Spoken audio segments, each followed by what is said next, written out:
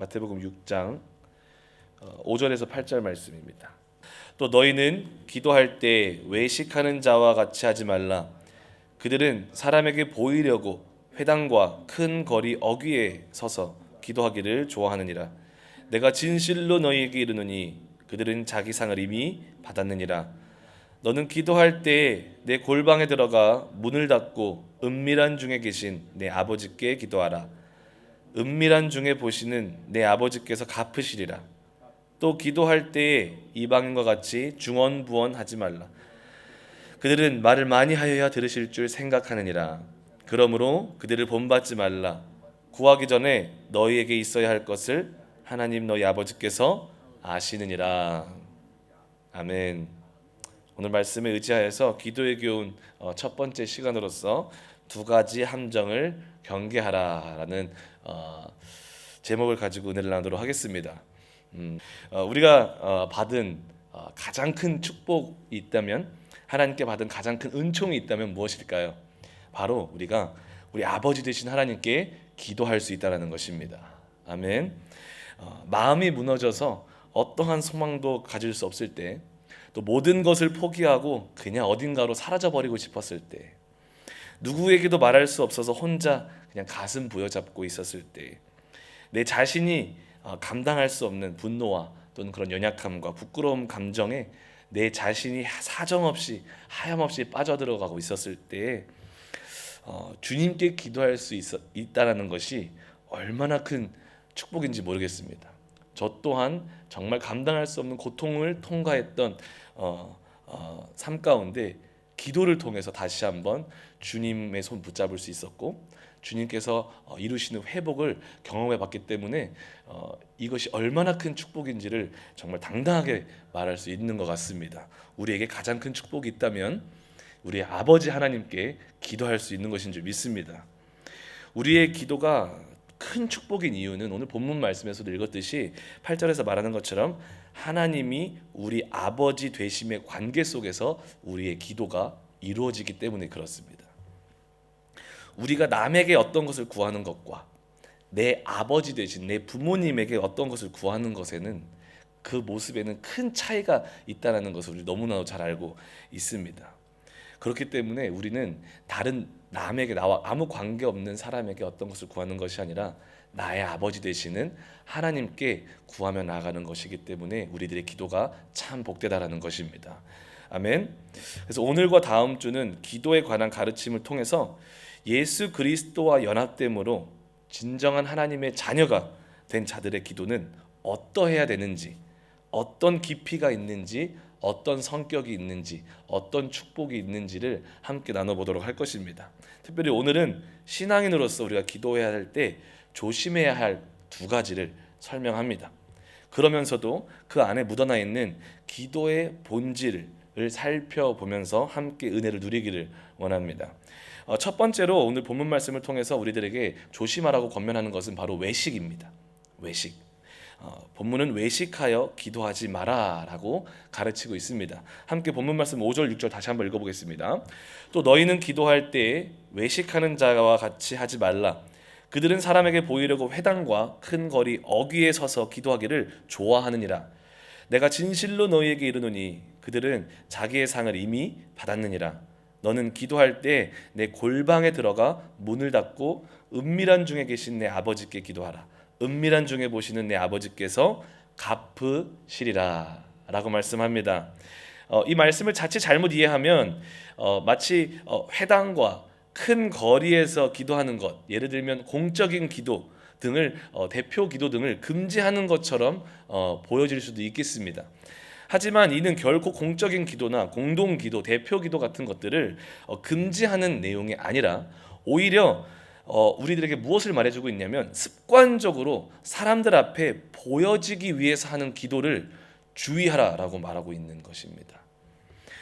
여기서 보게 되면 회당과 큰 거리가 서로 만나는 어귀라고 말하고 있는데요, 그런 장소들은 이 당시에 사람들이 함께 모여서 하나님께 예배드리는 그런 공적인 자리였습니다. 예배의 자리였습니다. 그렇다면 이곳에서 이루어지는 어떠한 경건 예식이든 예배든 공적인 기도의 모습이든 마땅히 하나님만을 향하고 하나님을 의식하며 하나님께 영광을 올려드려야 되는 행위가 되어야만 했다라는 것입니다. 하지만 그들의 예배와 기도 가운데 어떤 문제점을 발견할 수 있다는 것입니까? 바로 그들의 시선은 하나님께 두어야 되는 그들의 시선과 하나님을 향하고 있어야 되는 그들의 마음이 어디에 있었냐면 하나님을 향한 것이 아니라 사람에게 향하고 있었다라는 것을 지적하고 있는 것입니다. 예레미야스라는 신학자가 있습니다. 그 신학자가 어떻게 말하냐면 그 당시에는 정오의 기도를 중요시 여기는 사람들이 있었다라고 합니다. 마치 다니엘처럼 다니엘은 하루에 3번 시간을 정해서 정해진 시간에 기도를 했던 것을 알 수가 있죠. 그 다니엘의 기도는 많은 사람에게 보여질 수 있는 위치에서 기도를 했고요. 그리고 그 기도는 너무나도 하나님이 기뻐하시는 기도였다라는 것을 우리는 성경을 통해 알 수가 있습니다. 하지만 다니엘의 기도와는 다르게 이 당시 정오에 기도를 즐겨했던 사람들의 모습에서 보여졌던 문제는 뭐냐면 그들의 기도가 사람들에게 어떻게든 많이 보여지기 하기 위해서 사람들이 가장 많이 다니는 그 시간으로 의도적으로 시간을 정해서 기도를 했다라는 것입니다. 결국 그들의 기도는 정말 순전한 마음으로 하나님을 향한 애통하는 심령으로 기도한 것이 아니라 하나님께 집중된 기도를 한 것이 아니라 하나님과 1대1로 만나는 기도를 한 것이 아니라 결국에는 자기 자신을 기도라는 매개체를 통해서 드러내고자 그런 기도의 시간을 습관적으로 반복적으로 가졌다라는 것입니다. 그런 그들의 모습 가운데 그런 우리들에게 오늘 본문이 이렇게 말합니다. 골방에 들어가 문을 닫고 은밀한 중에 계신 내 아버지께 기도하라. 여기서 골방이라는 단어는 타메이온이라는 단어를 쓰고요. 이 타메이온이라는 단어가 가지고 있는 골방의 의미는 사람들이 많이 모여 있는 곳에서 떨어진 건물 안쪽에 위치한 분리된 공간을 의미합니다. 창문이 없는 공간으로 알려져 있고 아마도 집 안에서만 잠글 수 있는 문이 있는 아주 비밀스럽고 사적인 공간을 의미하는 단어입니다. 그렇다면 골방에 들어가 기도한다라는 것은 어떤 의미가 있나요? 지금 이 마태주 독자들 특히 공적인 자리에서 기도하는 자들은요 어느 정도 직위가 있는 사람들입니다. 명성이 있는 사람들이었을 것입니다. 그럼 그들에게 골방에 들어가 기도하라는 것은 어떤 의미가 있을까요? 바로 골방에 들어가 기도하라는 것은 사람들 앞에서 보여지는 나의 어떠한 모습을 내려놓고 주께만 나아가라는 것입니다. 나의 모든 직위와 보여지는 것을 벗게 되는 곳이 바로 골방이라는 것입니다. 존경받는 선생으로서 또는 아빠로서 또는 한 가정의 남편으로서 또는 한 비즈니스의 CEO로서 또는 어떤 공동체의 리더로서 저 같은 사람은 어떤 목회자로서의 어떤 직위를 다 내려놓고 골방에서 벌거벗어진 채로 정말 주님과 만나라고 말하고 있는 것입니다. 내 있는 모습 그대로 내 아빠, 내 아버지 되신 그분과 얼굴과 얼굴을 마주보고 아주 은밀하게 그분을 만나는 공간이 바로 골방이라는 것입니다. 그곳에서 주님과 대화하며 기도하라는 것입니다. 다른 어떠한 시선을 의식하지 않고 남에게 말할 수 없는 그 은밀한 것을 내 사랑하는 아버지께만 말하는 그 자리, 아버지께만 대화하는 그 자리, 주님만 보여지는 그 자리로 들어가서 그런 기도를 하라고 말하고 있는 것입니다. 이런 기도의 태도로 나오는 자녀가 사랑하는 그 아버지와 누릴 수 있는 그 친밀한 교제를 한번 생각해 보시기를 바랍니다. 얼마나 아름답고 얼마나 능력 있겠습니까? 우리 하나님은 우리가 그런 기도를 원하시는 줄 믿습니다. 아멘. 우리의 기도 모습이 이와 같아야 되는 줄 믿습니다. 사람의 시선과 때로는 사람에게 보이려는 나를 나타내고자 하는 나를 나타내기 위해서 크게 서서 기도하는 그런 위치만 찾아다니면서 대표 기도하고 싶어 하고 정말 그런 어떠한 사람들 앞에서 서는 기도 말고 나의 나됨을 내려놓고 나를 사랑하는 그 아버지의 품속에서 푹 안겨서 주님께 가장 비밀스러운 우리의 고백, 때로는 남들에게 말할 수 없는 나의 아픔까지도 우리의 기쁨까지도 주님께만 고백해 올려드릴 수 있는 그런 기도의 자리가 우리의 삶에 충만하기를 주님의 이름으로 축복합니다. 항상 우리가 기도할 때 생각해야 되는 것은 방금 가르침을 통해서 우리의 시선이 어디에 있어야 되는가입니다. 할렐루야. 기도의 비밀 중 하나입니다. 우리는 기도할 때 우리 시선은 어디 있습니까? 주님께 고정되어야 되는 줄 믿습니다. 아멘. 둘째로 오늘 본문 말씀은 중언부언을 경계합니다. 이방인과 같이 중언부언하지 말라라고 우리들에게 가르쳐주고 있습니다. 마태복음 6장 7절에서 8절 말씀입니다. 또 기도할 때 이방인과 같이 중언부언하지 말라. 그들은 말을 많이 하여야 들으실 줄 생각하느니라. 그러므로 그들을 본받지 말라. 구하기 전에 너희에게 있어야 할 것을 하나님 너희 아버지께서 아시느니라. 믿으시면 아멘 하시겠습니다. 이방인들의 기도의 특징이 무엇입니까?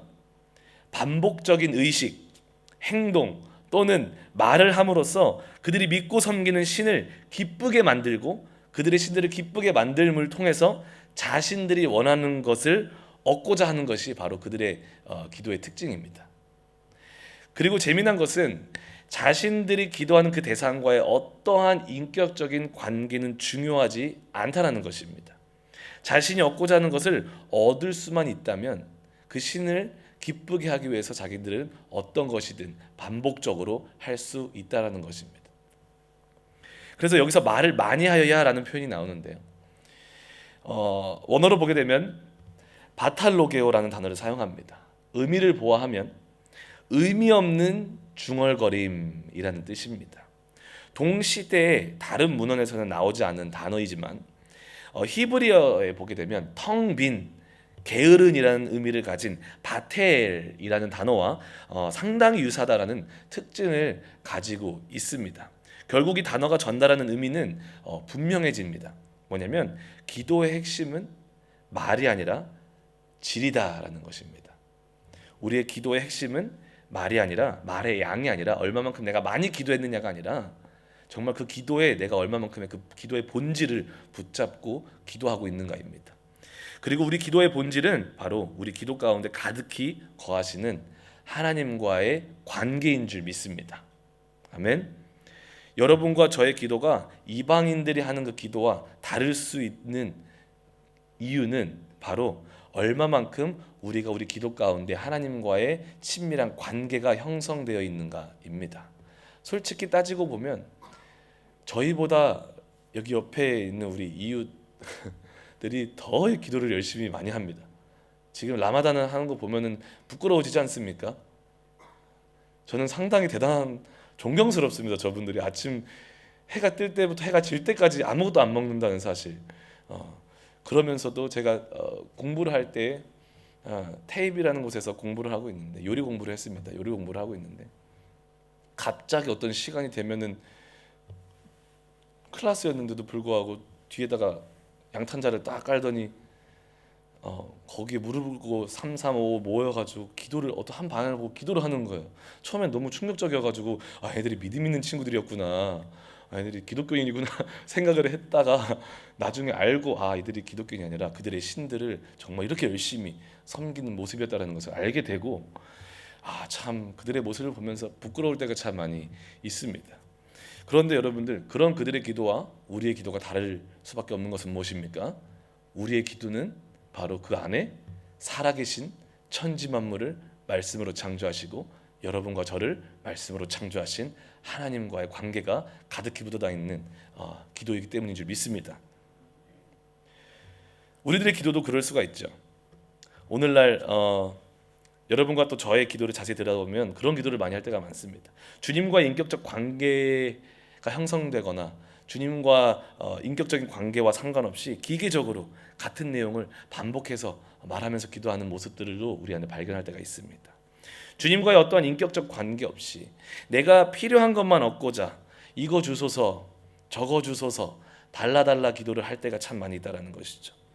내가 원하는 것을 얻기만 하면 언제 그랬냐는 듯이 주님과 등지고 주님과 상관없이 살아가는 신앙인들의 모습도 많이 보게 됩니다. 그런 모습을 보면 참 마음이 아픕니다.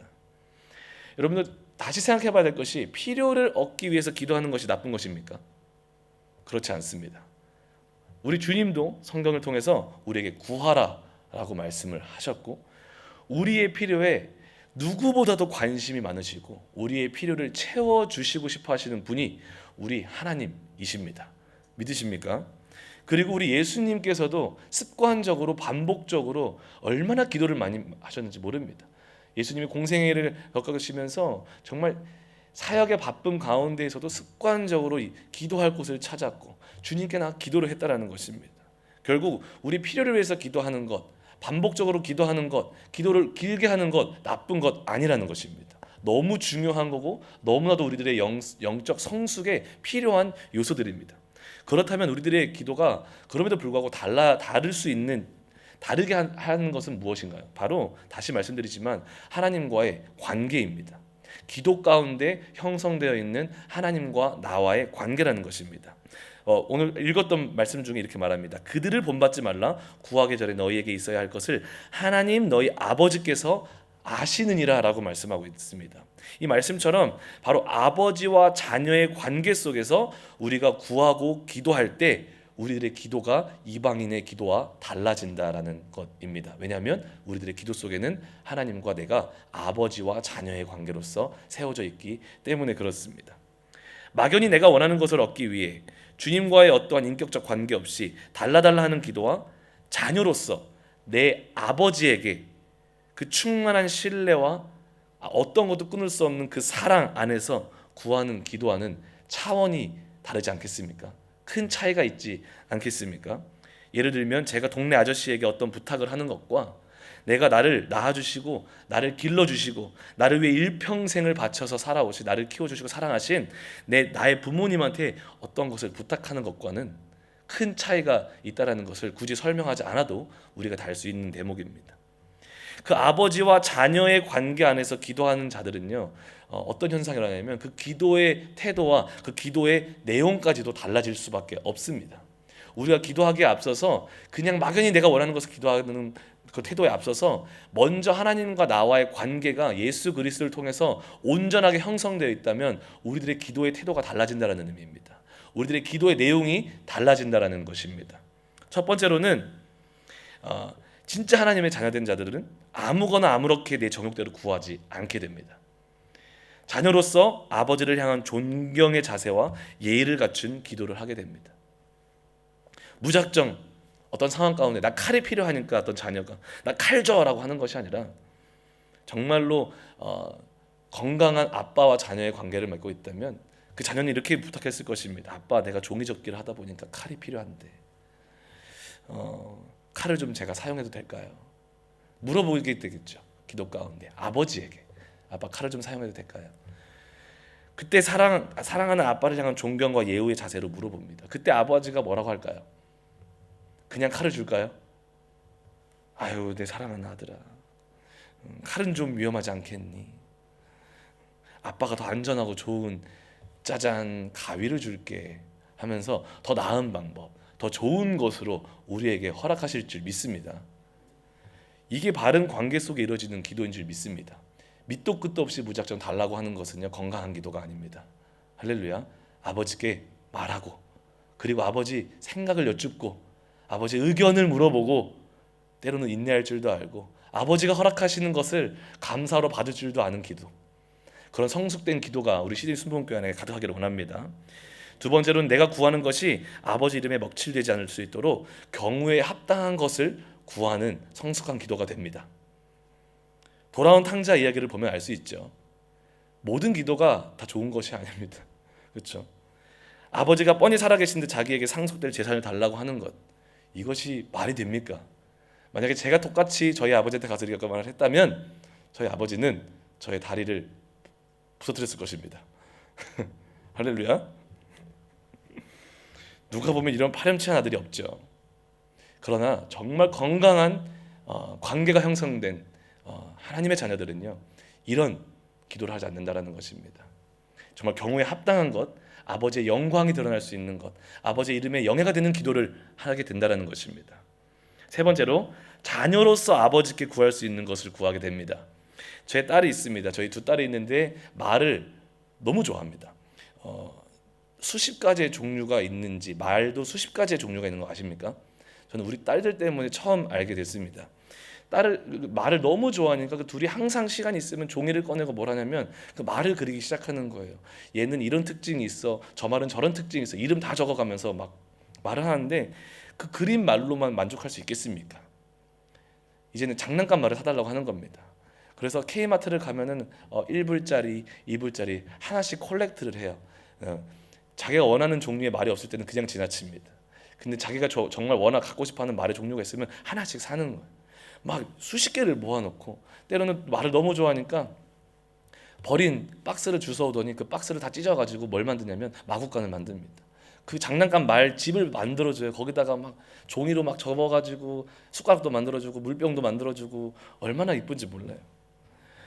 그리고 더 나아가서 이제는 말에 관련된 책을 많이 읽다 보니까 자기들이 책을 써옵니다. 말 관련된 스토리를 막 챕터북을 적어와서 가뜩이 날 설교 준비하느라 바쁜 아빠한테 읽으래요.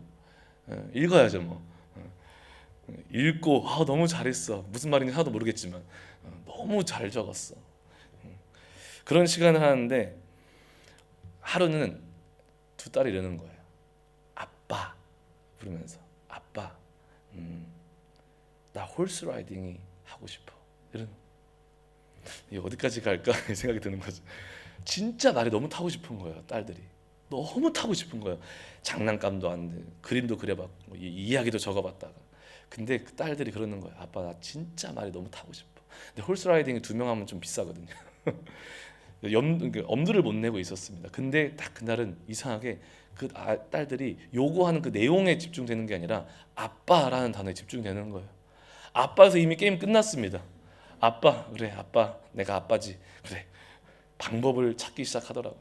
아빠로서 자녀로서 아빠에게 아빠 이름 한마디 불렀는데 그 자녀가 필요한 게 뭐든지 간에 아빠가 찾아줄게. 그 할 수 있게 해줄게. 지난번에 한번 갔다 왔습니다. 내가 먹고 싶은 커피를 좀 덜 먹으면 되지. 할렐루야. 내가 먹고 싶은 순댓국밥을 한 좀 덜 먹으면 되지. 그러면서 어떻게든지 만들어서 자녀들에게 홀스라이딩을 시켜주는 제 모습이 생각나게 해주셨습니다. 정말 아버지와 자녀의 관계가 온전하게 세워져 있는 기도를 하는 사람, 진짜 자녀로서 부탁할 수 있는 아빠라는 말 한마디에 우리 주님께서 기뻐하시고 여러분들에게 또 저에게 하나님께서 이미도 더 나은 것을 준비하고 계신 줄 믿습니다. 사랑하는 성도 여러분, 오늘 본문 말씀을 통해 우리는 두 가지 기도의 함정을 조심하기를 원합니다. 바로 사람들 앞에서 보여지기 위해 하는 기도를 조심하고 이방인들처럼 내가 원하는 것만 얻기 위해서 텅 빈 기도를 반복적으로 하는 기도를 경계하기를 원합니다. 이 두 모습의 본질은 같습니다. 결국 우리 아버지 되시는 하나님과의 친밀하고 은밀한 관계가 결여된 기도라는 것입니다. 정말 바라는 것은 오늘 함께 기도할 때 그런 기도를 했으면 좋겠습니다. 주님, 내가 어떤 기도를 해도 주님과의 관계가 먼저 형성된 기도를 하게 하소서. 주님을 더 사랑하는 기도, 주님의 마음을 더욱더 구하는 기도를 하게 하여 주시옵소서. 그렇게 했을 때 우리 주님께서 우리 시드 순복음교회 안에 정말 뜨거운 기도의 물이 다시 한번 회복되고 하나님의 풍성한 기도 응답이 일어날 줄 믿습니다.